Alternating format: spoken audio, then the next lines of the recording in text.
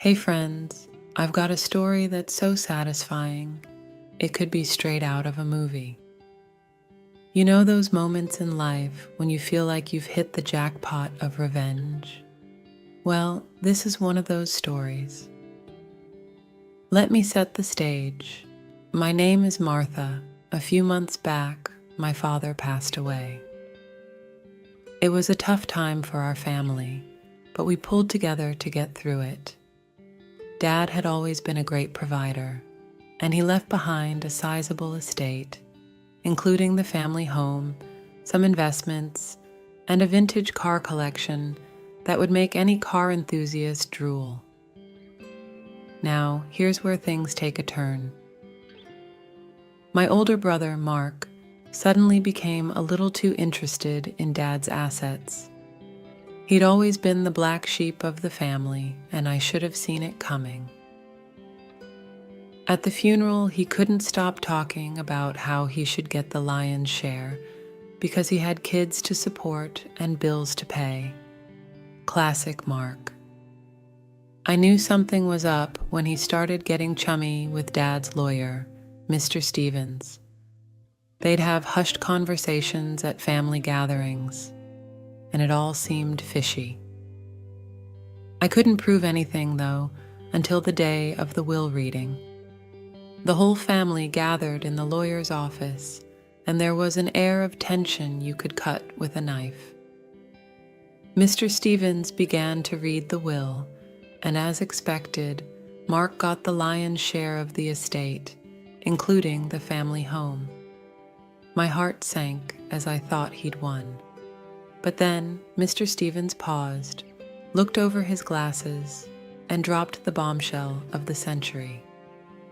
Dad's will stipulated that Mark would only get those assets if he agreed to one condition. He had to live in the family home for a year, without selling it or renting it out. If he failed to meet this condition, everything would be split equally among the rest of the family, me included. Mark's face turned a shade of crimson I didn't know existed. He spluttered, protested, and even tried to argue, but Mr. Stevens was firm. It was like something out of a legal drama. The rest of us couldn't believe our luck. So there you have it, friends. Mark's greed got the best of him, and now he's stuck in Dad's house, fuming while the rest of us get our fair share. I'm not one to revel in another's misfortune, but this time, karma delivered a dish that was too delicious to resist. Listen to my story to the end, and I'll spill the beans on how Mark's year in the family home is going. It's going to be a wild ride, and I can't wait to share it with you all. I couldn't help but smile as Mr. Stevens calmly closed the will, effectively sealing Mark's fate. It was poetic justice at its finest, and I savored the moment. Mark, on the other hand, was livid. His face turned an alarming shade of red, and he shot daggers at Mr. Stevens. "You can't be serious," Mark shouted, his voice a mixture of anger and disbelief. "This is insane, and it's not what Dad would have wanted." Mr. Stevens, ever the composed lawyer, simply shrugged. "I'm just here to execute your father's wishes, Mark. He outlined this condition in his will, and we must respect it." My other siblings and I exchanged glances, trying to contain our excitement. We had always known Mark's true colors, but this was a whole new level of karma coming back to bite him. As the will reading continued, Mr. Stevens outlined the logistics of the condition. Mark had 30 days to move into the family home, and he couldn't sell it or rent it out for a year from the date of occupancy. If he violated these terms, the assets would be divided among the remaining siblings. Mark stormed out of the lawyer's office, vowing to fight this injustice in court. He even threatened to contest the will's validity. But deep down, we knew he was cornered. Dad had been meticulous in his planning, and Mr. Stevens assured us that the will was ironclad. Over the next few weeks, Mark reluctantly moved into the family home, bitterness oozing from every pore. We all helped with the transition, making sure he had no excuses to break the conditions. It was amusing to see him try to negotiate with us for leniency, but we held firm. This was Dad's final wish, and we intended to honor it. Mark's life in the family home was far from comfortable. He resented every moment spent there, surrounded by memories of our childhood and the life he so desperately wanted to escape. I couldn't help but relish in the sweet taste of revenge as I watched him grumble and complain. But there was one thing Mark didn't anticipate: the watchful eyes of the neighborhood. Our parents had lived in that house for decades, and the neighbors were like an extended family. They knew about Dad's will and the conditions he had set for Mark. It didn't take long for them to become Mark's unofficial surveillance team. Every time he tried to bring in a realtor or put the house on the market, someone would anonymously tip us off. Mark's frustration grew with each failed attempt. It was as if the universe was conspiring against him. As the days turned into weeks, Mark's resolve began to waver. He realized that he was trapped in a situation of his own making, and no amount of tantrums or threats could change that. The house, once a symbol of his potential windfall, had become a gilded cage. Next, I will tell you into the comical mishaps and neighborhood interventions that made Mark's year in the family home even more entertaining. Stay tuned, friends. Justice is being served one day at a time. As the weeks turned into months, Mark's predicament in the family home only grew more comical and bizarre, like a real-life sitcom unfolding before our eyes. It was a twisted form of poetic justice that I couldn't help but relish, given what he had put our family through. After all, he had unscrupulously seized our rightful inheritance, and now he was paying the price, quite literally, for his avarice and deceit.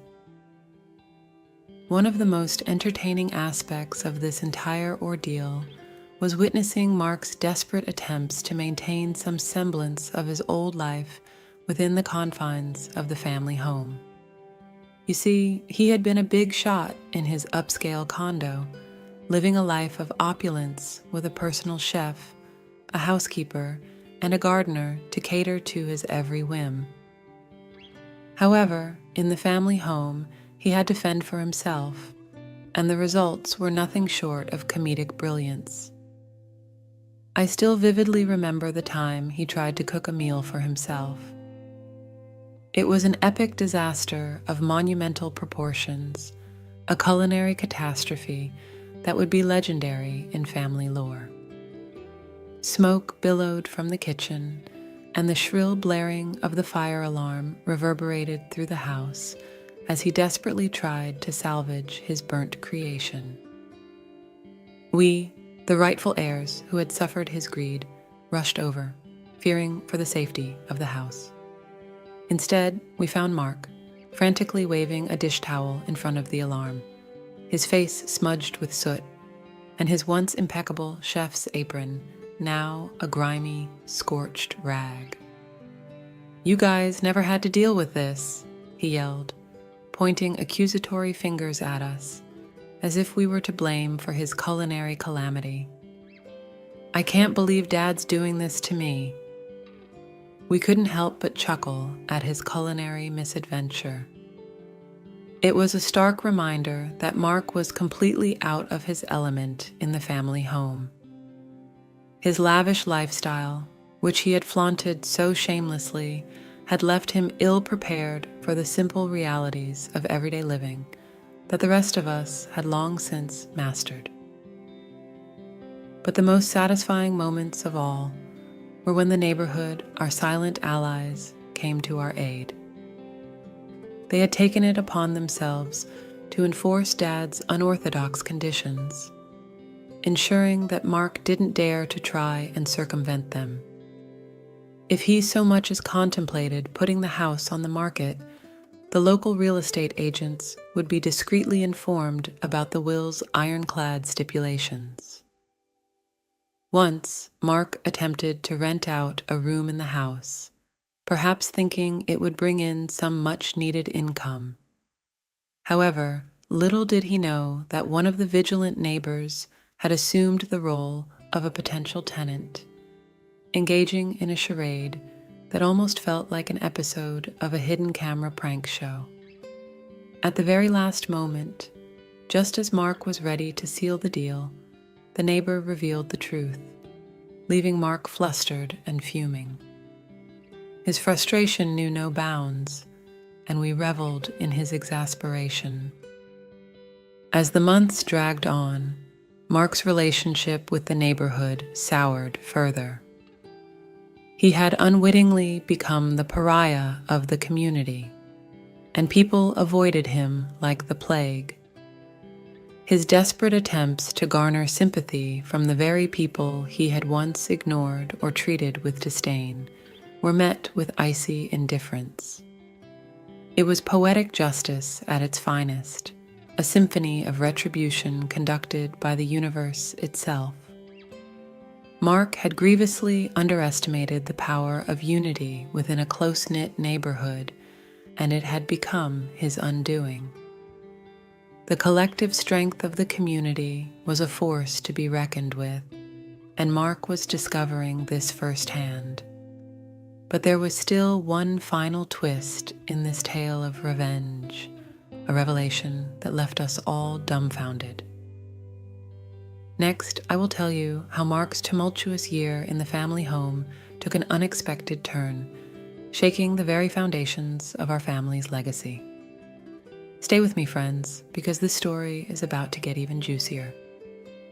As the seasons changed and a year passed since Dad's funeral, the drama surrounding Mark's residency in the family home took an unexpected turn. It was as if fate had decided to add one final twist to this bizarre tale of revenge, and it left us all in a state of bewilderment.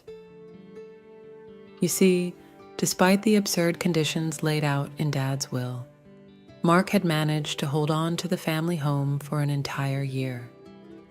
He had endured the comedic mishaps, the neighborhood's vigilant surveillance, and the utter isolation he had brought upon himself. But he was unyielding in his determination to cling to the house, convinced that he would outlast the stipulations of the will. However, Mark had overlooked a crucial detail, one that would prove to be his downfall. The family home was an aging structure, and its maintenance required not only financial resources, but also a deep understanding of its quirks and idiosyncrasies. Mark possessed neither. At first, we noticed minor issues: a leaky roof, a malfunctioning furnace, and creaking floorboards. Mark, in his arrogance, believed he could simply hire contractors to address these problems. But what he failed to realize was that the house had a peculiar temperament, and it seemed to rebel against his presence. The leaky roof became an incessant drip, defying all attempts at repair. The furnace emitted eerie, discordant noises that kept Mark awake at night, and the creaking floorboards seemed to whisper haunting secrets. It was as if the house itself had joined the neighborhood in its silent revolt against its unwelcome occupant. Mark's frustration grew day by day. He hired a slew of contractors, each more bewildered than the last by the house's bizarre behavior. Plumbers scratched their heads as pipes seemed to change course at will. Electricians were confounded by switches that operated in reverse, and carpenters found themselves entangled in a maze of hidden passages behind walls. His financial resources began to dwindle as he poured money into futile attempts to tame the rebellious house. The neighborhood, well aware of his predicament, watched with a mixture of amusement and satisfaction. It was as if the house itself had become an active participant in our quest for revenge. Mark's sleepless nights and growing desperation were a source of dark amusement for us. He would often emerge from the house in disheveled attire, hair askew, and eyes bloodshot from lack of rest. His once confident demeanor had crumbled, replaced by a haunted look that mirrored the house's own peculiar personality. But it was during a stormy night that the house unleashed its most spectacular display of defiance. As thunder rumbled and rain lashed against the windows, Mark was jolted awake by a cacophony of crashing and banging. He stumbled through the darkened corridors, his flashlight barely penetrating the gloom. What he discovered was a scene straight out of a horror movie. Furniture levitated, seemingly of its own volition, and household objects danced through the air. The walls vibrated with an otherworldly energy, and the very foundation of the house trembled. It was as if the house had awakened its dormant spirits to expel the intruder. Mark fled the house in terror, leaving behind his belongings and his illusions of conquest. As he stood in the pouring rain, drenched and defeated, the neighborhood watched in eerie silence. The house had made its final verdict, and Mark had been judged unworthy. In the aftermath of this supernatural spectacle, Mark decided he had had enough. He relinquished his claim to the family home, realizing that some forces were beyond human comprehension. The house, it seemed, had exacted its revenge in the most enigmatic and poetic manner. And so, friends, our family home returned to us, no longer tainted by Mark's presence. The neighborhood, our steadfast allies, rejoiced in silence, knowing that justice had been served. Mark, once a symbol of greed and betrayal, faded into obscurity. But the tale doesn't end here. Next, I'll share the ultimate twist in this saga, an unexpected discovery that shed light on Dad's true intentions and left us with a newfound appreciation for the eccentricities of our family home. Stay tuned for the grand finale. As the dust settled on Mark's hasty departure from our family home, we thought the tale had reached its conclusion. The house, having successfully defended itself against the invader, returned to its serene, if slightly quirky, state. The neighborhood, once rife with intrigue and espionage, resumed its usual rhythms, and life appeared to return to normal. But as fate would have it, the final act of this peculiar drama was still waiting in the wings. It was a revelation that would not only astonish us, but also provide closure to the enigmatic legacy our father had left behind. In the days following Mark's departure, I began the arduous task of sorting through the accumulated detritus he had left behind.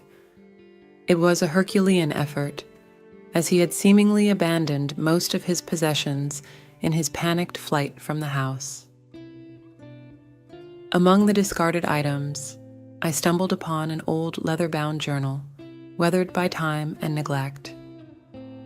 Curiosity piqued, I opened the journal to find the handwritten entries of our father, dating back several decades. It was a chronicle of his thoughts, dreams, and aspirations. A glimpse into the mind of a man who had always been somewhat of an enigma to us. As I read through the pages, a pattern began to emerge.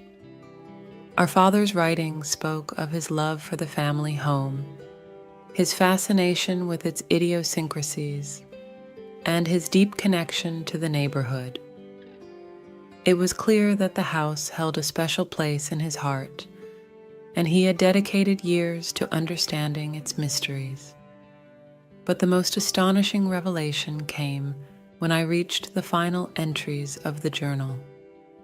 In those pages, our father had detailed a plan that would ultimately lead to Mark's downfall and the house's triumphant defense.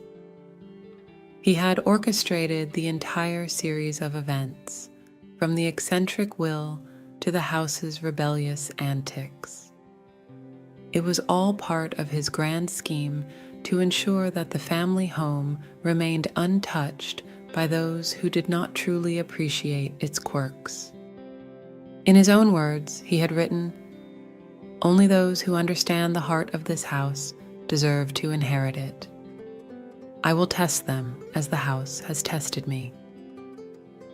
It was a revelation that left me both astounded and moved. Our father had devised this elaborate ruse, not out of malice, but out of love for the house he had called home for so many years. He had used his eccentricity and flair for the dramatic to protect the place he held dear. And so, friends, the story comes to a close with a newfound appreciation for our father's legacy. The house, once a symbol of revenge, now stood as a testament to his love and ingenuity. Mark's brief tenure had inadvertently become a test of character, and he had failed spectacularly. As for us, we continued to live in the house, embracing its quirks and mysteries with open hearts.